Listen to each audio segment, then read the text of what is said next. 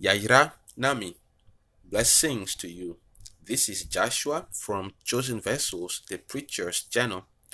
Today, September 15th, 2019, we have new details for you about uh, Genesis chapter 1, verse 5, namely details about names. The ancient Hebrew word is the Yah and the O. Names can help predict a person's future as well as reveal details about a person's past, and we have proofs to show you. Secondly, we're going to take a close look at the word day, which is the nkeke, and the nkeke means subdivision. So each day marks a subdivision of eternity. Each day is a new subdivision of eternity. In other words, we are already created within eternity. And also, when we talk about daytime, day and lights, our mind automatically goes to the positive, okay, hope and the bright side of life. However, the sun is not always an indication of hope and of positivity. Sodom and Gomorrah were destroyed when the sun went up. As soon as the sun arose, the Bible says that the Lord rained fire and brimstone on Sodom and Gomorrah. And then later on in the book of Revelation, we read that the sun brought nothing but torment to people, scorching heat, and people perished. So, on the contrary, we have a lot of superstitions about the night, darkness, and nighttime, and our mind automatically goes to gloom, evil, and sadness. However, darkness, night, okay, the sun is the very word used in our Hebrew Bible to denote celebrations. See, sun, end of labor, celebrations and feasts and times of enjoyment. Even the Sabbath, it is sun, it's a celebration, and it begins in the evening. And the feast of the trumpet, the feast of the tabernacle, there are celebrations, nighttime, relating to the evening. So Genesis chapter 1 verse 5 has plenty of insights for us to help clear our mind of superstitions, which only cause us to be blindsided and disappointed, especially when we come face to face with reality, the way things are in truth. So, what then is Genesis chapter 1, verse 5 about, according to the letters? Genesis chapter 1, verse 5 from the Authorized King James Version. I read, quote, "And God called the light day, and the darkness he called night, and the evening and the morning were the first day," unquote. So Mau, this is God, the Mau, the supreme, set apart, the entity enthroned above the waters. Mau called, this is the Yah. So the Yah and the O, it means to designate. So, and God designated the light, Kekeli, to be, this is the B, to be Nkeke, okay, which is a subdivision. Nkeke, a subdivision. So God designated the breaking forth of the light, the Kekeli, to indicate a subdivision of eternity. Nkeke. So literally, at this stage of creation, Yahweh set time in motion. Eternity became measurable, with each day marking a new subdivision of it. So, in a way, we are created within eternity and we are already a part of eternity. It is just our transgressions that cause Yahweh to cut us out of it, and we discontinue, we die. Sin is what brought death. No sin, no death. Life will continue and we will see days without number.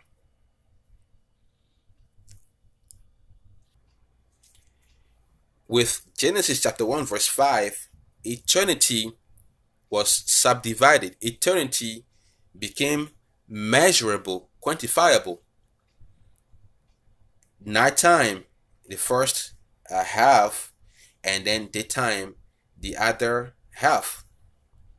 And daytime is a constituent of eternity, and a constituent means it has parts. We have 12 hours subdivided in minutes, subdivided in seconds, and subdivided in moments and instants. On the negative side, it only takes about a moment for anything to go wrong, and then on the positive side, everything could change for the better. Likewise, in just a moment, suddenly. So these tiny fractions of moments make up what we call a day. So Yahweh caused eternity to become quantifiable for our sake. So Yahweh named the light day. So this is naming of things. Okay, the call is the Yah, and the O. It means the Yah is to inspire and aspire, and the O means inclusive or exclusively. And then in names, Nko, the Ng, it means details or particularities, and the Ko, it means life.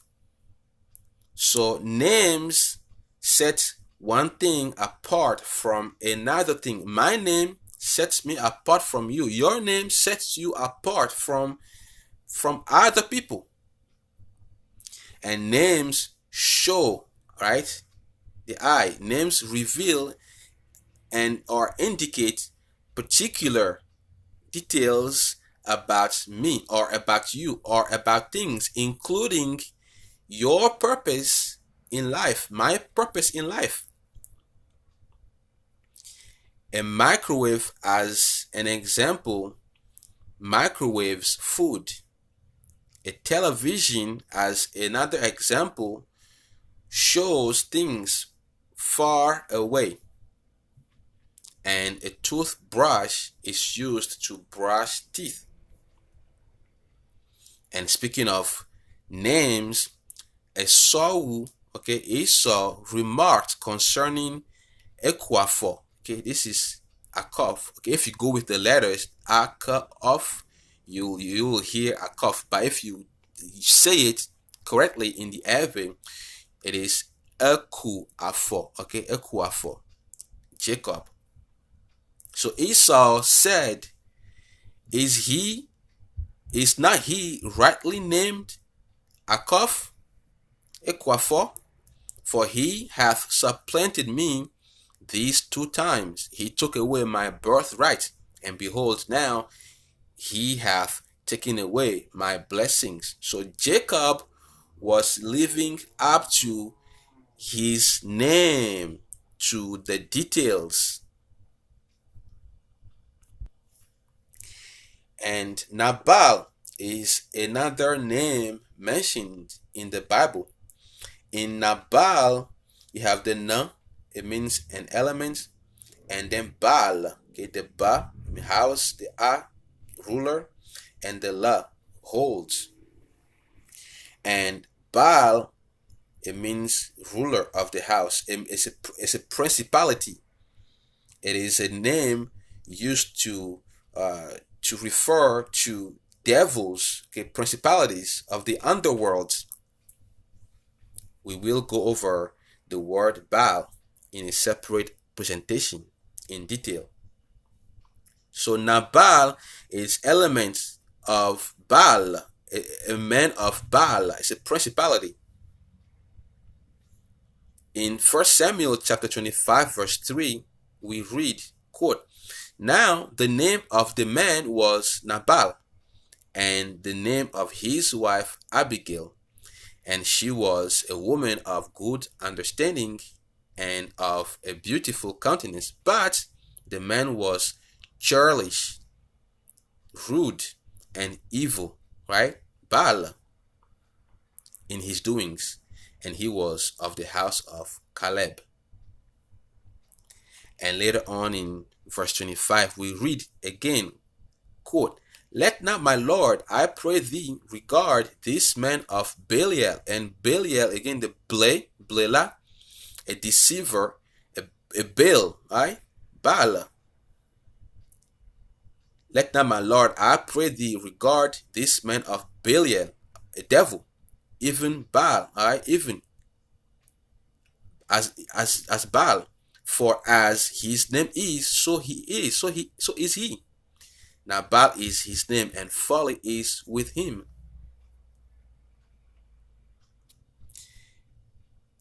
That is another example of people living up to their name. Let's show you another example. So, unless Yahweh intervenes to give you a new name, or you yourself change your name, often people live up to their names, whether a good name or a bad name. Ekwafor or Akov, Jacob, had a name change from Ekwafor or Akov to Israel. Naomi changed her name to Mara because her name indicates good, but then nothing, no good thing according to her happened to her in her life, so she changed her name to Mara. And Saul changed his name to Paul. And Lord willing, we're gonna make a separate video presentation to go over name changes, even as Paul and Naomi. So unless God changes your name, or unless you change your own name, often people live up to their name, good or bad. And speaking of name changes, Jesus says in Revelation chapter 2 verse 17, KJV, I read, quote, "He that hath an ear, let him hear what the Spirit saith unto the churches. To him that overcometh will I give to eat of the hidden manna, and will give him a white stone, and in the stone a new name written, which no man knoweth, saving he that receiveth it." Unquote. So a name change indicates a new assignment and a new identity, especially when your name does not reflect your assigned destiny. When my birth name does not reflect my assigned destiny, the Lord often steps in to change it. So our names do have details about our life, both about our present, our past, and about our future, especially ancient Hebrew Yave names. So God called the light day. The Most High designated the breaking forth of the light to indicate a subdivision of eternity. So day means subdivision. So the assignment that uh, the Most High gave the breaking forth of the light is to subdivide eternity. So that's what a day is gonna do forever until the Most High changes the order of things. So there will be one day and there will be another day throughout eternity.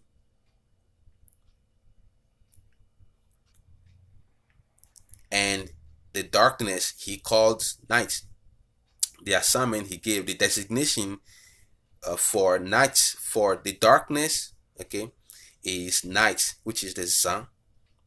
Eye, wo, this is he is a singular plural, and he designated, okay, vivici, darkness, which is poor visibility, to indicate end of labor. Okay, when we see night, when it begins to become dark, we see it as end of labor. However, now with the advent of electricity, we're tempted to work 24/7. Night time means end of labor. Z and then the zan, end of labor. It means celebrations, feasts, and times of enjoyment. So the night time in and of itself is neutral. It has positives and it has negatives. The positives is, as an example, Genesis chapter 19 verse 3, Abraham made a son, okay, a feast for the three angels who stopped by his tent momentarily on their way to Sodom. So the angels observed a brief repose, a son, okay, it's a feast. In Exodus 12 verse 6, it reads, quote, "And ye shall keep it," which is the Passover, "up until the 14th day of the same month. And the whole assembly of the congregation of Israel shall kill it, the lamb, in the evening." Okay, and it was a celebration. Also, Exodus 16 verse 23 about the Sabbath. It begins in the evening, and a Sabbath is a feast, it's a celebration, it's a time of enjoyment, and Yave rested and was refreshed. It's a celebration. However, on the negative side, night time could be used to denote sadness. For his anger endureth but a moment, in his favor is life. Weeping may endure for a night. This is Psalm 30 verse 5. So nighttime could be used to denote negativity. It depends on the context. So nighttime darkness is not automatically negative and evil, and our mind should not automatically go to sadness and gloom when we think about darkness. Darkness, according to the Yave, means rest, it means celebration, it means a feast, it means times of enjoyment. And daytime, conversely, which we often associate with positivity and hope and light, is not always positive. It depends on the context. Daytime in and of itself is neutral. It's neither good or bad. On the positive side, again from Psalm 30 verse 5, we see that joy cometh in the morning. So sunrise could could indicate good things, could bring joy, could bring hope symbolically. And on the negative side, we read in Genesis chapter 19 verses 23 and 24 that I read, quote, "The sun was risen upon the earth when Lot entered into Zoar. Then the Lord rained upon Sodom and upon Gomorrah brimstone and fire from the Lord out of heaven," unquote. So daytime could be just as disastrous as nighttime.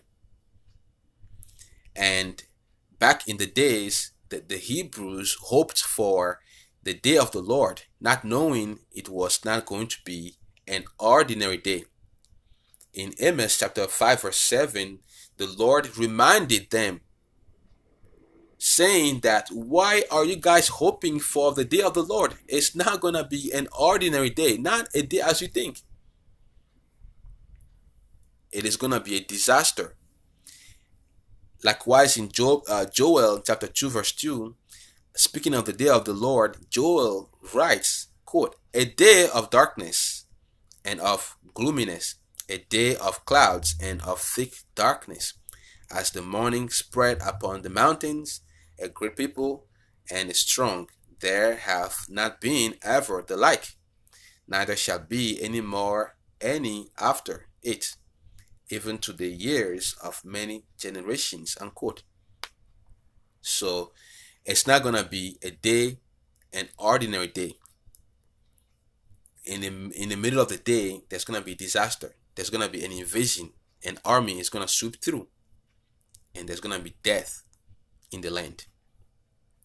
And in the third example, in Revelation chapter 16, verse 9, we see that the sun brought nothing but torment and scorching heat, and people perish. So daytime and nighttime in and of themselves are neutral. Daytime and light and the sun does not automatically mean good and positive, and nighttime and darkness does not mean automatically negative and gloom and sadness. Okay, they are all neutral. Either have positives and negatives. So God called the breaking forth of the light. He designated the breaking forth of the light to be a subdivision of eternity, and then the darkness he designated to indicate end of labor, to be a celebration, to be a time of enjoyment. And the evening and the morning were the first day, and the first year is Banto. Okay, so the first revelation of darkness sequenced. See, this is the year sequenced with another breaking forth of the light, indicate the first subdivision of eternity, which we call a day. And by the word first, which is Banto, it means the head in succession, meaning what? There is gonna be many days afterwards throughout eternity, days without number. So with the first day comes a second day, which we're gonna look at in our next presentation, Genesis chapter 1 verse 6, day number 2. So thank you for watching, and thank you for continuing with us, and until next time.